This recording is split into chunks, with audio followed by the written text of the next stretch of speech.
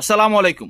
পাকিস্তানের সাথে বাংলাদেশে 1971 সালে যুদ্ধ হয়েছিল। পাকিস্তান বাংলাদেশকে দখল করতে চাইছে, বাংলাদেশের মানুষ মারছে, এটা 100% সত্য কথা।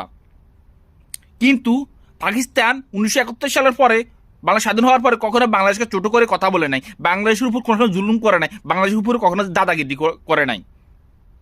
সবসময় বাংলাদেশের পাশে এসে দাঁড়িয়েছে পাকিস্তান। কিন্তু আমাদের বন্ধু রাষ্ট্র ইন্ডিয়া তথা ভারত সব সময় বাংলাদেশের উপর দাদাগিরি করতেছে। তারা বাংলাদেশকে তাদের একটা অঙ্গরাজ্য ভাবে, বাংলাদেশের উপর জুলুম করে, বর্ডারে বাংলাদেশের মানুষ মারে। তারা সর্বক্ষেত্রে দাদাগিরি করে।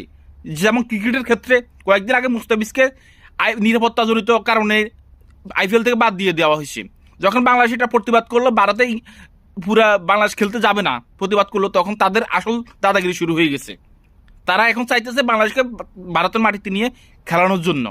এখন আইসিসি চেয়ারম্যান জয় শাহ ভারতের, সে বাংলাদেশকে 21 তারিখ পর্যন্ত সময় বেঁধে দিছে যে এর মধ্যে বাংলাদেশ ভারতে গিয়ে খেলার সিদ্ধান্ত জানাতে হবে, নয়তো তারা স্কটল্যান্ডকে নিয়ে নিবে।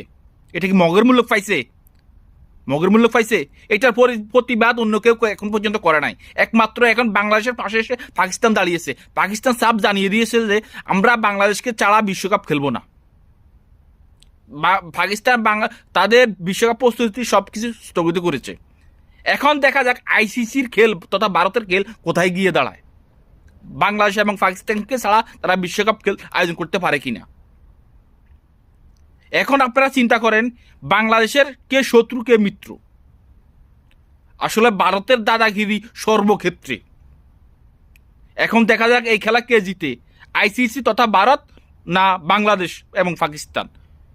যাদের কাছে আর আরেকটা কথা, এখন আপনারা আমাকে ভারতের দালাল বা পাকিস্তানের দালাল ভাবতেই পারেন। আমি ভারত কিংবা পাকিস্তানের দালাল নই, আমি বাংলাদেশের দালাল। প্রাউড আমি বাংলাদেশের দালাল। যাদের কাছে আমার ভিডিওগুলো ভালো লাগে অবশ্যই লাইক এবং কমেন্টস করে জানাবেন, এবং ভালো লাগলে শেয়ার করে দিবেন। ধন্যবাদ সবাইকে। আসসালামু আলাইকুম।